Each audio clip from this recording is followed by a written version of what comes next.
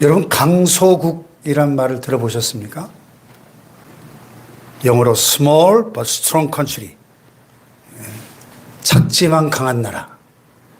예를 들면 스위스나 네덜란드, 아일랜드, 싱가포르 같은 나라들이죠. 비록 미국이나 영국이나 프랑스, 독일 같은 강대국은 아니지만 그에 못지않게 부강한 나라들을 가리키는 말입니다. 얼마 전 싱가포르 가족여행을 다녀오신 목사님이, 그 사모님이 여행 어땠어요? 그랬더니 너무 좋았어요. 나라 전체가 예술이에요. 건물이 똑같은 게 하나도 없어요. 그러시더라고요. 가보고 싶더라고요. 그 말 들으니까. 예, 아시아에서 1인당 국민소득이 제일 높잖아요. 싱가포르이. 이게 자칫 약소국으로 머물 수도 있었던 이 나라들이지만 정부와 기업, 국민이 혼연일체가 돼서 최선을 다함으로써 성공한 나라들입니다. 이런 나라들은 비록 나라의 규모가 작아도 얼마든지 부강해질 수 있다는 사실을 보여주죠. 최근에 그 TV 광고 가운데 참 인상적인 광고가 하나 있더라고요. SK그룹에서 함께하는 성장 캠페인 중 하나로 작년에 공개한 기업 광고인데요. 광고의 내용이 이래요. 대한민국, 면적은 지구의 0.07%라는 자막과 함께 이 지도상에서 대한민국이 매우 작은 면적을 차지하고 있음을 보여줍니다. 하지만 이 작은 나라가 반도체와 배터리 그리고 친환경 에너지 등 다양한 분야에서 세계적인 기술력을 보유하고 있고 인류의 더 나은 삶에 기여하고 있다. 이런 내용을 보여줍니다. 그리고 이제 결론에서는 작은 땅에서도 함께하면 더 큰 세상을 만들 수 있습니다. 이런 메시지를 전달하면서 SK그룹이 대한민국과 함께 더 큰 세상을 만들어 나가겠다 하는 의지를 표현하고 있습니다. 이 광고는 이 대한민국의 작은 면적에도 불구하고 기술력과 영향력을 통하여 세계에 기여하고 있다는 점을 강조하면서 국민들에게 자부심을 심어주는 동시에 기업의 사회적 책임을 강조하고 있습니다. 네, 참 우리나라가 작은 나라지만 참 대단한 나라죠. 제가 미국에 있을 때 그 텍사스주에 한 2년 반 살았는데 텍사스 주 하나가 남한의 8배예요. 크기가. 미국을 가보면 우리나라가 얼마나 작은 나라인지가 실감이 납니다. 52개 주 중에 주 하나가 우리의 8배라니까요. 예. 그런데도 참 이 대한민국은 강소국이죠. 강소국. 근데 우리 인생도 마찬가지입니다. 강대한 인생이면 더 좋겠지만 큰 권력자, 큰 부자, 큰 학자. 근데 그런 부류의 사람들은 우리 주변에 보기 드물잖아요. 희소하잖아요. 보통 사람들에게는 그림의 떡에 불과하지 않습니까? 그러나 비록 평범하고 소박하지만 얼마든지 아름답고 행복한 인생이 있다는 사실입니다. 물론 사람들이 알아주지 않을지도 몰라요. 하지만 하나님 보시기에 아름다운 인생, 하나님 보시기에 칭찬받는 인생이 있어요. 그런 인생을 저는 강소 인생 이렇게 부르고 싶습니다. 강소 인생. 교회도 마찬가지죠. 1000명, 10,000명, 10만 명 모이는 대형 교회들 참 부럽죠. 그런데 한국교회 전체를 위해서 꼭 필요하고 고유한 역할이 있겠습니다만은 농어촌교회나 또 개척교회들처럼 작은 교회들도 그들만의 고유한 역할이 있고 꼭 필요한 겁니다. 작지만 강한 교회, 강소 교회들이 많아져야만 한국교회 전체가 건강한 교회가 될 수 있다고 저는 믿습니다. 왜냐하면 한국교회 전체 80%는 작은 교회들이잖아요. 80% 이상이 100명 미만의 우리 교회처럼 작은 교회들이거든요. 작은 교회들이 살아나고 건강해져야 한국교회 전체가 건강해질 수 있는 거죠. 그래서 우리 교회도 비록 작은 교회지만 강한 교회, 작지만 건강한 교회, 작지만 아름다운 교회, 강소형 교회가 되기를 축복합니다. 자, 오늘 본문에 보니까 강소 인생을 살았던 한 여인이 등장하고 있어요. 소박하다 못해 초라했던 인생. 하지만 예수님께서 극찬하셨던 인생이 나옵니다. 여러분, 우리가 예수 믿는 성도로서 한 번뿐인 이 인생을 과연 어떻게 살아야 되겠습니까? 어떤 인생이 되어야 되겠습니까? 이 본문의 여인과 같은 예수님께 칭찬받는 인생이 되어야 될 줄로 믿습니다. 비록 세상에서는 인정받든지 못 받든지 상관없이 하나님 앞에 인정을 받고 예수님 앞에 칭찬받으면 그 인생이 잘 사는 인생이고 진정으로 복된 인생인 줄로 믿습니다. 그래서 오늘 말씀을 통해서 하나님께서 인정하시는 강소 인생이 과연 어떤 것인지 살펴보고요. 이 말씀을 통해서 우리 모두가 강대 인생은 못 돼도 강소 인생이 다 되시기를 축복합니다. 네.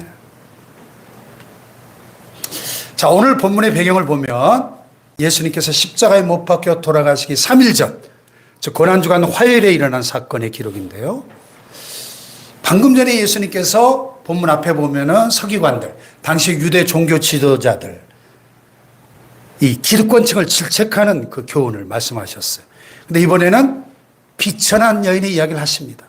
이 양자를 대비해서 말씀하시는 의도가 분명해 보입니다. 이 당시에 그 예루살렘 성전의 구조를 보면 이방인들도 하나님을 예배하기 원할 때 들어와 예배할 수 있는 이방인의 뜰이 제일 바깥에 있었고요. 또 이방인들은 출입이 금지되고 유대인 여자들만 들어갈 수 있는 여인의 뜰이 있었고요. 더 안쪽에는 유대인 남자들만 들어갈 수 있는 이스라엘의 뜰로 구분되어 있었습니다. 예수님께서 그 공적인 가르침을 행하시던 이방인의 뜰로부터 이제 여인의 뜰로 들어가셨어요. 그 여인의 뜰 맞은편 벽에는 예배자들의 자발적인 제물과 헌금을 거두기 위해서 나팔 모양을 새겨놓은 청동으로 만든 13개의 연복궤들이 쭉 자리 잡고 있었습니다. 예수님은 맞은편에 잘 보이는 위치에서 자리를 잡고 성전으로 예배 드리기 위해서 들어가는 사람들이 그 연복궤에다 어떻게 헌금하시는지를 살펴보고 계셨습니다. 이제 3일 후면 유대인의 최대 명절은 유월절이었기 때문에 엄청나게 많은 사람들이 성전으로 몰려들고 있었습니다. 많은 사람들이 줄을 서서 헌금을 드립니다. 근데 당시에는 헌금을 할 때 얼마 하는지 쉽게 알 수 있었대요. 왜냐하면 이 헌금통이 구리로 만들어져 가지고 이 입구가 나팔 모양으로 이렇게 돼 있어 가지고 거기다가 동전을 부으면 동전이 떨어지면서 와르르 소리가 요란하게 울려 퍼지니까 소리만 들어도 어떤 종류의 동전을 얼만큼 헌금하는지 대충 알 수 있었다는 거죠. 돈 많은 부자들은 와르르 요란한 소리를 내며 보란 듯이 자랑스럽게 헌금을 했겠죠.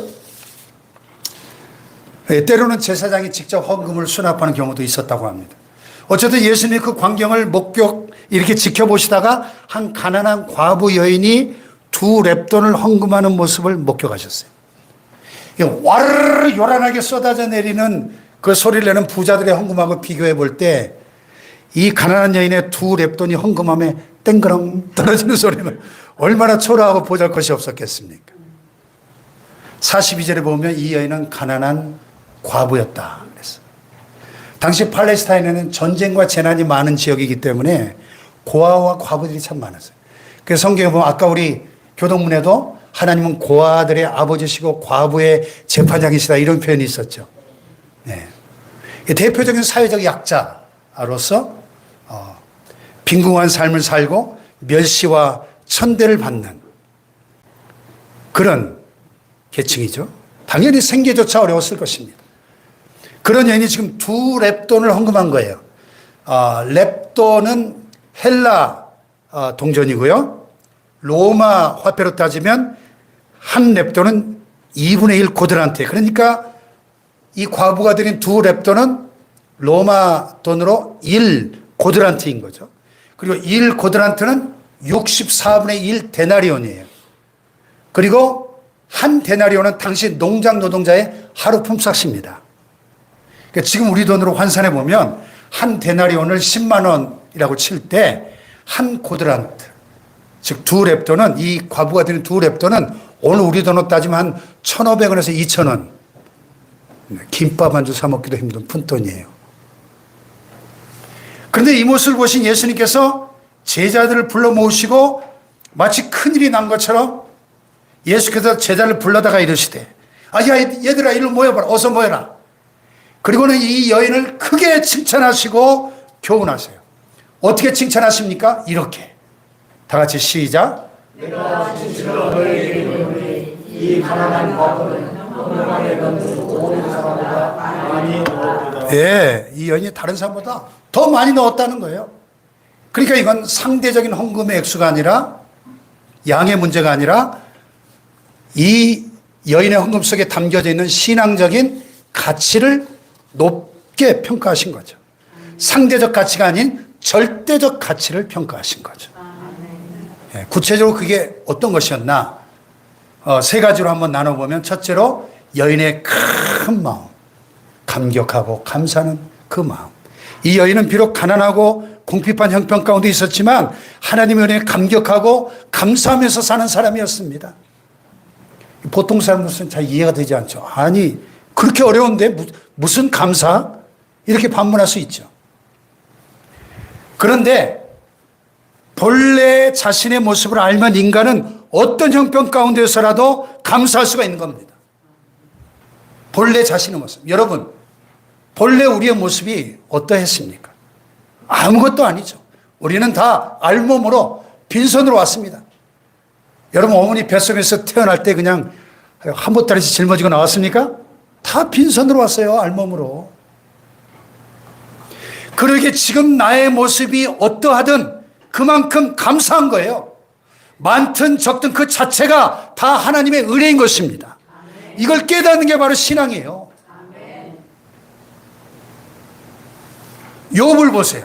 그는 동방 최고의 부자였습니다. 그런데 그때만 감사했습니까? 아니잖아요. 그에게 얼마나 큰 시련이 닥쳐왔습니까? 10명의 자녀들을 한꺼번에 잃고 모든 재산이 다 날아가고 아내는 욕하고 저주하고 떠나버리고 자기 온몸에는 악창이 나서 막 깨어진 기와 조각으로 벅벅 긁고 잿더미에 앉아있는 그가 뭐라고 고백을 했습니까? 내가 모태에서 알몸으로 나와 싸우죠. 또한 알몸이 그리로 돌아가올지라. 주신 이도 여호와시요 거두신 이도 여호와시오니 여호와 이름이 찬송을 받으실지니이다. 아멘. 아멘. 자기 본래 모습이 알몸이었음을 고백할 때 극한의 시련과 고난 가운데도 하나님 앞에 찬송할 수 있더라는 겁니다. 아멘. 할렐루야. 근데 사실 사람이 고난 중에만 감사하기 어려운 게 아니에요. 오히려 형통하고 부유하고 너무 잘 나갈 때도 교만해가지고 감사하지 못합니다. 그래서 바울이 고린도 교회들이 굉장히 교만했거든요. 그들을 책망하면서 뭐라 그래요? 누가 너희를 구별했느냐? 너희들이 지금 있는 것 중에 받지 아니한 게 뭐냐? 너희가 받았은지 어찌하여 받지 아니한 것 같이 자랑하느냐? 하면서 책망합니다. 모든 것이 하나님께로부터 온 것인데 본래 자기 것이냐 착각하지 말라는 거예요. 육신적으로도 물질적으로도 그렇지만 영적으로는 더더욱 감격할 수밖에 없죠. 나 같은 죄인 살리신 주님의 은혜, 십자가 대속의 은혜, 보혈의 그 은혜, 모든 죄를 용서받고 하나님의 자녀가 되어서 천국의 영생을 얻게 된 그 은혜, 할렐루야. 그 은혜 생각하면 만 개 입이 있어도 그 입을 다 가지고 찬송할 수 없잖아요. 예? 만 입이 내게 있으면 그 입 다 가지고 내 구주 주시는 청을 늘 찬송하겠네. 할렐루야. 입이 우리 하나밖에 없잖아요. 근데 만 개의 입이 있다면 그 입을 다 가지고 주님의 은혜를 찬송하겠다는 겁니다. 할렐루야. 본문의 이 여인 참 비록 비천한 중에 살고 있었지만 감격, 감사하는 마음이 얼마나 컸는지 모릅니다. 그 마음을 담아서 2렙돈의 헌금을 바친 거예요. 비록 액수는 적었지만 그 마음은 엄청 컸습니다. 할렐루야. 자, 누가복음 7장에 보면 비슷한 한 여인의 이야기가 나와요. 어느 날 예수님 바리새인의 집에 초대를 받아서 식사를 하는데요. 예수님을 모셔놓고 이 바리새인 뭔가 지금 꼬투리를 잡으려고 뭔가 자기를 과시하고 드러내려고 그런 데만 관심이 있으면 영 대접이 소홀합니다. 그런데 그 동네에 죄인으로 잘 알려진 한 여인이 슬며시 그 집에 들어와 가지고는 값비싼 향유 옥합을 깨뜨려 가지고 예수님 발에다 붓고 눈물을 흘리면서 자기 머리카락으로 예수님 발을 씻겨드리고 그 발에다 입을 맞춰요. 성경학자들의 주석을 보니까요, 이 여인은 아마도 창기였을 것이다. 몸을 파는 여인. 근데 성경을 보면 이 여인이 어떤 종류의 죄를 범했는지, 그래서 죄인이라고 낙인이 찍혔는지 전혀 언급이 없어요. 아마도 이 여인은 한때 나쁜 길에 빠졌었고 그녀의 그 타락이 공공연하게 알려져서 그 이후로 온 동네 사람들로부터 죄인 취급을 받았던 여인 같습니다. 비록 이 여인이 죄인으로 취급받고 사람들로부터 손가락질 받는 처지였지만은 어느 날 예수님의 소문을 듣게 돼요. 그래서 희망을 갖게 됩니다. 이 여인이 들었던 예수님에 관한 소문 가운데 그녀의 마음을 흔들어 놓았던 것이 뭘까요? 야, 예수님은 세리와 죄인들도 다 용납하시고 그들의 죄를 용서하신다. 그게 다 마음에 꽂혔습니다. 그래서 마침내 이 여인이 예수님을 만나서 모든 죄를 용서받고 새로운 인생을 살게 된 것입니다. 아멘. 할렐루야. 아멘. 그래서 매우 값비싼 귀중한 향유를 가지고 나왔던 거예요. 이 여인의 마음은 정말 큰 것이었습니다. 죄에서 구원해 주신 그 은혜가 너무 커서 눈물로 감사한 거예요. 눈물로. 할렐루야. 네. 여러분, 하나님은 이런 마음을 정말로 기뻐하십니다. 다윗도 시편 51편에 회개하면서 뭐라고 고백했습니까? 하나님의 구하시는 제사는 뭐예요? 상한 심령이라. 하나님의 상하고 통회하는 마음을 주께서 멸시치 아니하시리이다. 상한 마음이 뭐예요? 상한 마음. A broken heart. 깨어진 마음. 깨어진 마음. 죄 때문에 깨어진 마음. 죄를 슬퍼하고 내가 하나님 앞에 얼마나 무서운 죄인인가, 얼마나 비참한 죄인가를 깨닫고 나 같은 죄인을 용서하시고 구원하신 그 은혜에 감사하고 감격하는 마음, 이것이 신앙의 진수인 겁니다, 여러분. 아멘 합시다. 예. 상한 심령. 이거 잃어버린 사람은요, 신앙에 큰 병이 든 거예요. 감격과 감사가 사라진 신앙은 마치 타다 남은 장작 같고 김 빠진 사이다 같습니다. 김 빠진 사이다 어디다 쓰겠어요? 김 빠진 콜라? 갖다 버려야죠. 변기 갖다 버려야죠. 타다 남은 장작? 아무런 생기 활력이 없습니다. 저와 여러분은 비록 부족한 것이 많지만 하나님 앞에 감격하고 감사하는 마음만큼은 큰 사람이 될 수 있기를 축복합니다. 아멘. 흔히 많은 사람들이요, 사이즈 컴플렉스에 걸려 있어요. 특히 우리 한국 사람들이 이 사이즈 컴플렉스 경향이 참 강해요. 왜냐하면 이 너무 작은 땅덩어리 너무 많은 사람들이 와글거리며 살아서 그런 것 같아요. 그 뭐 세계 최대, 세계 최고, 동양 제일, 동양 최대 뭐 이런 걸 너무 좋아해요. 그 나라 이름부터가 대한민국이잖아요. 최고 학부는 대학교고요. 대학원이고. 다리도 전부 대교잖아요. 성수대교, 한남대교, 잠실대교, 영동대교, 마포대교, 한밭대교 다 대교야, 다. 우리도 대전이잖아요, 대전. 대전. 네? 물론 크면 좋지만 긍정적인 측면도 있는 것 같아요. 네, 그래서 세계 최고를 추구하는 우리 국민성 자체가 경쟁력이다, 그런 생각을 좀 하게 돼요. 왜냐하면 요새 어떤 분야든지 대한민국 1등은 세계 1등이야. 대부분. 참 대한민국 참 대단한 나라입니다. 예? 이 작은 떵덩어리의 나라가 세계 최대가 얼마나 많아요. 또 세계 최고인 게 한두 가지가 아니잖아요. 심지어는 자살률도 세계 1위야. 하지만 성경적으로 보면요, 더 중요한 게 있어요. 최선을 다하는 겁니다. 최선을 다하는 거. 크다고 무조건 다 좋은 게 아니라는 거죠. 오히려 커서 탈일 경우가 있어요. 커서. 예를 들어 히틀러 같은 인물 보세요. 한 시대 전 세계를 쥐고 흔들었잖아요. 그러나 역사 앞에는 큰 죄인이죠. 그 히틀러 한 사람 때문에 유태인 600만 명이 가스실에서 사라졌고요. 전 세계 수천만 명이 죽었지 않습니까? 차라리 태어나지 않았더라면 더 좋았을 인물. 차라리 작은 인물로 남았더라면 좋았을 사람이죠. 하나님 우리에게 최고나 최대를 요구하시지 않습니다. 최선을 원하죠. 최선. 최고가 아닌 최선을. 아멘. 천만다행이죠. 만약에 최고를 요구하신다면 100명 모인 중에 오직 한 명만 해당되잖아요. 한 명만. 나머지는 아무것도 아니에요. 오래전 개그 콘서트에서 유행했던 말 있잖아요.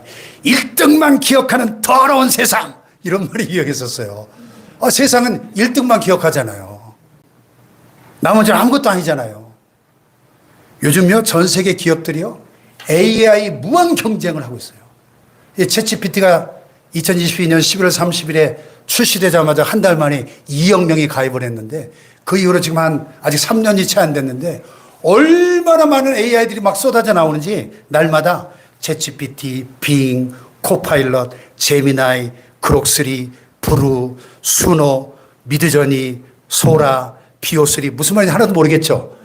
요즘 제가 매일 갖고 씨름하며 공부하고 있는 AI들이에요. 예.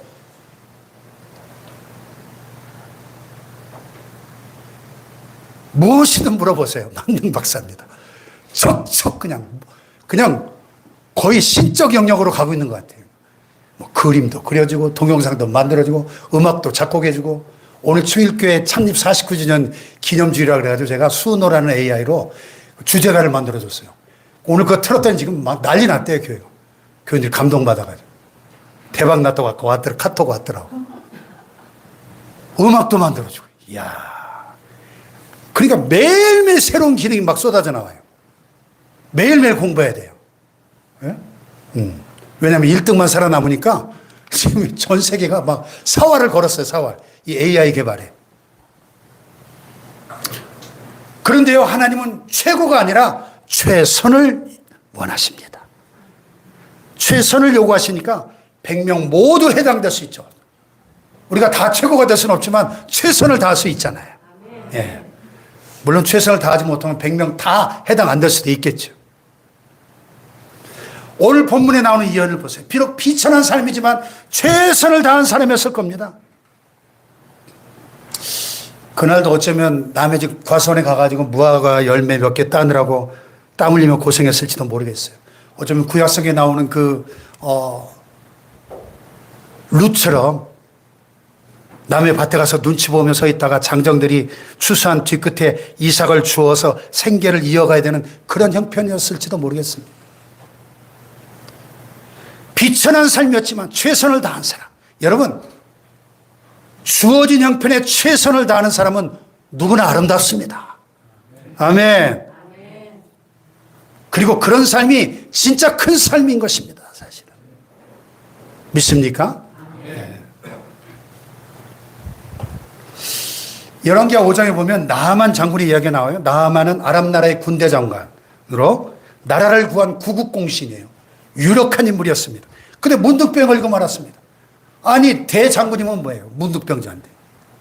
누구에게도 말할 수 없는 그 은밀한 사실을 알게 된 그 집의 한 여종이 그 부인에게 말을 해요. 마님, 이스라엘 땅에 가면 엘리사라는 선지자가 있는데 그분을 만나면 고칠 수 있어요. 여호와 하나님은 전능하신 분이거든요. 요즘식으로 말해서 복음을 전한 거예요. 전도를 한 거예요. 그 말 듣고 나아만이 가서 기적적으로 고침을 받게 됩니다. 그리고 나중에 아람 나라에 돌아와서 여호와 하나님을 증거하지 않습니까? 이 여종은 전쟁통에 포로된 이스라엘의 한 작은 소녀에 불과했지만 그렇게 큰 일을 한 겁니다. 아멘. 자신의 삶 속에 최선을 다할 때 하나님께서 그 큰 일을 이루어주신 겁니다. 주어진 삶 속에 최선을 다하는 게 큰 일입니다, 여러분. 아멘. 자, 옆에 분과 하이파이브 하면 최선을 다합시다. 최선을 다합시다. 최선을. 예. 달란트 비유를 보면 최선을 다하는 게 얼마나 중요한지 알 수 있죠. 예. 최선을 다하면 그 자체로 큰 일이에요. 그리고 더 나아가 하나님께서 더 큰 일을 맡겨주시는 겁니다. 5달란트와 2달란트 맡았던 그 종들 각각 5달란트와 2달란트를 더 남긴 그들에게 주인이 뭐라 그랬어요? 다 같이 시작. 잘하였도다. 착하고 충성된 종. 내가 작은 일에 충성하였음에 내가 많은 것으로 내게 맡기리니. 아멘. 이게 성경적 승진의 원리예요. 작은 일에 충성할 때 더 큰 일을 맡겨주시는 겁니다. 여러분 다윗을 보세요. 이스라엘의 위대한 왕이지만 본래부터 왕이 아니잖아요. 그는 어린 시절 베들레헴 시골 벌판의 목동이었습니다. 근데 아버지 양떼를 돌보면서 사자나 곰이나 이리 같은 맹수들이 나타나면 목숨 걸고 싸워서 양들을 지켜내잖아요. 그 위치에서 최선을 다하니까 하나님이 골리앗을 만나서 이기게 해주시고 그 후에 군인이 돼가지고 블레셋과의 수많은 전쟁에서 연전연승하면서 무공을 많이 세워서 사울왕의 사위가 됩니다. 사울이 그걸 또 시기 질투해서 견제하고 핍박하니까 오랜 세월 망명생활하면서 이리저리 쫓겨다니지만은 최선을 다하니까 마침내 이스라엘의 왕이 되는 거예요. 할렐루야. 이렇게 최선을 다하는 과정에서 왕이 되니까 매사에 겸손하게 하나님을 경외하는 위대한 장군이 성군이 될 수 있었던 겁니다. 할렐루야. 현대판 다윗의 이야기가 있더라고요. 오래전 얘기인데 영국의 한 왕자가 시골에 여행하다가 그만 길을 잃고 말았어. 한참 헤매다가 한 목동을 만나서 한도에 한숨을 쉬고 좀 안내해달라고 요청을 했더니 이 목동이 그냥 말로 이렇게 가세요. 안내해주고는 앞장서서 직접 안내해주지 못하겠다는 거예요. 그래가지고 이 왕자가 자기 신분을 밝히고 나 사실 왕자인데 말이야. 도와달라고. 심지어는 하루 일당이 얼마냐 안 묻고 내가 1년치 품삯을 줄게. 그래서 설득을 해도 이 목동이 이 주인의 양들을 내가 지켜야 되기 때문에 책임져야 되기 때문에 안 돼요. 이 화가 치면 왕자가 막 권총을 꺼내가지고 위협을 해도 소용이 없었어요. 하는 수 없이 화를 버럭내고 그냥 가버렸습니다. 그로부터 오랜 세월이 흘렀어요. 그 왕자는 마침내 왕이 되었고 그 목동은 여전히 목동의 일을 하고 있었습니다. 왕이 된 다음에 가만히 생각해 보니까 그때 그 목동만한 인물이 없는 거예요. 그래서 수소문해서 찾아내가지고 그를 영국 수상의 자리로 인도를 합니다. 그리고 존 제임스 수상이에요. 싫어합니다. 싫어. 하나님은 언제나 최고가 아닌 최선을 요구하고 계십니다. 할렐루야. 마지막 세 번째로 여인의 큰 헌신이에요. 얼핏 보면 이 여인의 헌금 액수가 너무 적어서 아무런 효용 가치가 없어 보이죠? 그런데도 예수님은 가장 큰 헌금이라고 칭찬하십니다. 그 이유가 뭐예요? 그 이유가 44절에 나와 있죠. 다 같이 시작.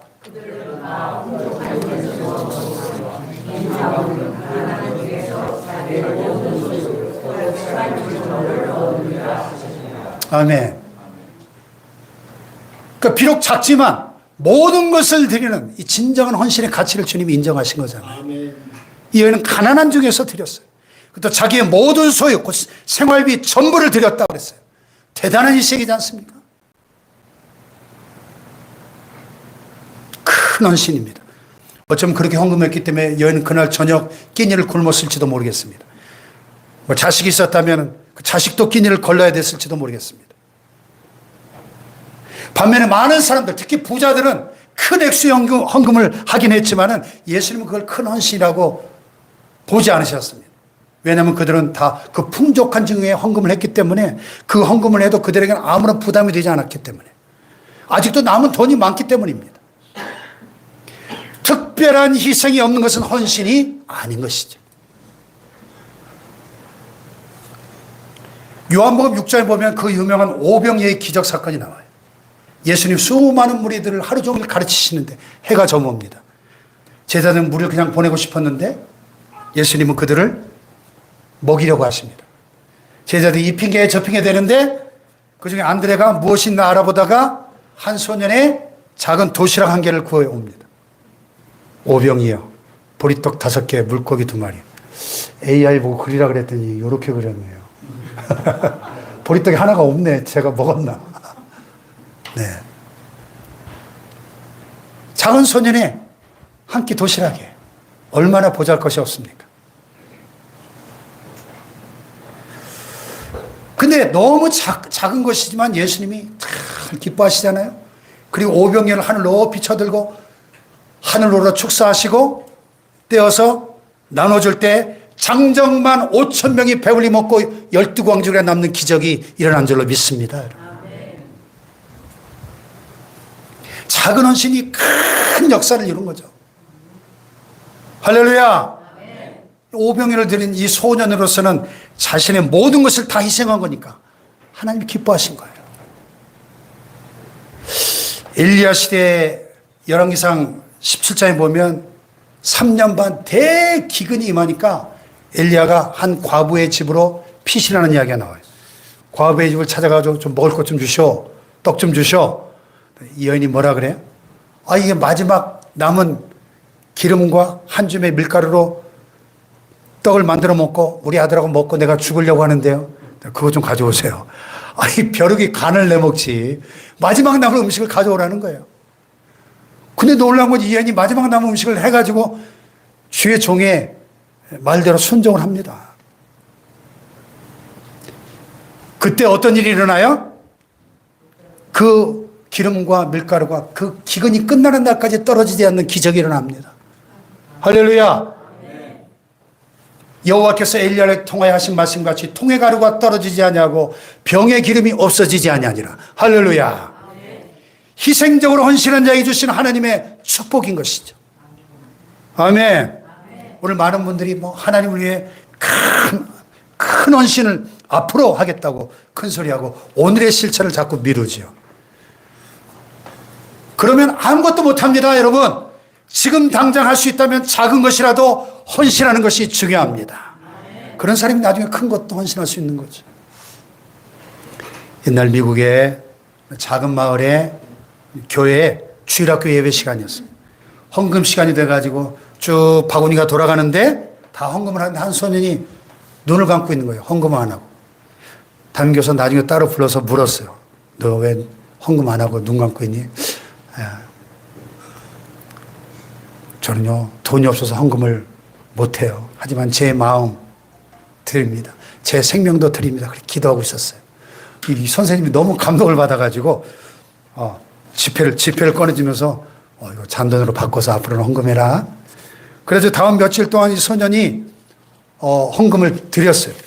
근데 어느 주일에 보니까 또 눈을 감고 있는 거예요. 헌금 안 하고. 그래서 선생님이 은근히 화가 나서 왜 헌금을 하지 않니? 그랬더니, 선생님, 호주머니에 이 돈을 갖고 있으니까 사먹고 싶은 게 너무 많아요. 견딜 수가 없어서 그냥 한꺼번에 다 드리고 지난번처럼 또 눈을 감고 기도한 겁니다. 이 소년은 작은 것이지만 희생한 거죠. 그건 큰 헌신이죠. 나중에 이 소년이 자라서 목사 선교사가 돼서 큰 헌신을 하게 되는데 이분이 누구냐? 1885년 4월 부활절 아침에 우리나라의 개신교 최초 선교사로 입국한 언더우드 선교사님이에요. 제가 인터넷에서 이분을 검색하다가 참 놀란 건요. 이분이 원래 인도 선교사로 가려고 인도 말과 뭐 벵가로 이런 걸 공부하다가 조선에 대한 소식을 듣게 된 거예요.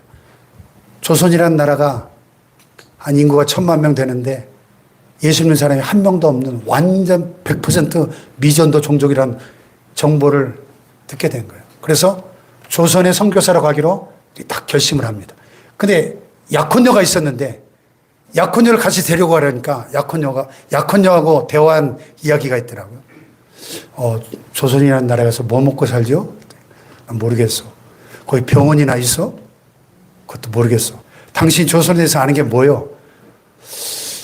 뭐 아는 게 아무것도 없는데 아는 거 한 가지는 그곳에 주님을 모르는 1,000만 명의 영혼이 있다는 사실이에요. 그 약혼녀가요, 며칠 있다 파혼을 통보합니다. 그 약혼녀 놔두고 그냥 혼자 온 거예요. 1885년 부활절에. 예. 참 감동이 되죠? 이야.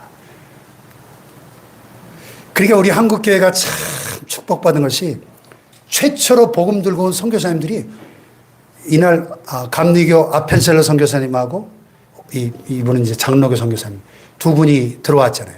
이 두 분 다 너무 너무너무 이 훌륭한 선교사님들이 초기에 많이 들어온 거예요. 이 한국교회가 오늘의 이 축복을 누리게 된 겁니다. 할렐루야. 여러분, 우리 자녀들 가운데 강대 인생이 나오면 정말 좋겠지만 우리가 다 강대 인생이 될 수는 없죠. 그러나 누구라도 강소 인생이 될 수는 있습니다. 여러분, 하나님 앞에 우리 마음을 드리고 최선을 다하고 주의 일에 헌신하면 얼마든지 강소 인생으로 승리할 수 있는 줄로 믿습니다. 우리 축복교회도 작지만 강한 강소교회, 하나님 앞에 우리의 몸과 마음을 드리고 최선을 다해 헌신함으로 하나님이 인정해 주시고 칭찬하시는 강소교회가 될 수 있기를 축복합니다. 앞으로요, 여러분, 이제 머지않은 장래에 우리가 다 하나님의 심판대 앞에 설 텐데요, 하나님의 심판대 앞에 가면요 놀라운 대반전이 일어날 겁니다. 왜? 세상에서는 야 대단하다고 막 양 엄지손가락을 치켜세우며 칭찬했던 사람, 기대했던 사람이 부끄러움을 당하고요, 오히려 세상에서 연약하고 미미하고 보잘것없었던 본문의 이 가난한 과부 같은 자들이 오히려 큰 영광과 상급을 받는 대반전이 일어날 겁니다. 여러분, 아멘. 중요한 건 과연 나는 어느 쪽이 될 것인가 하는 거예요. 우리의 진정한 인정과 보상은 하늘에 있는 거예요. 하늘에. 이 땅에 있는 것이 아닙니다. 영원한 상급과 보상을 바라보고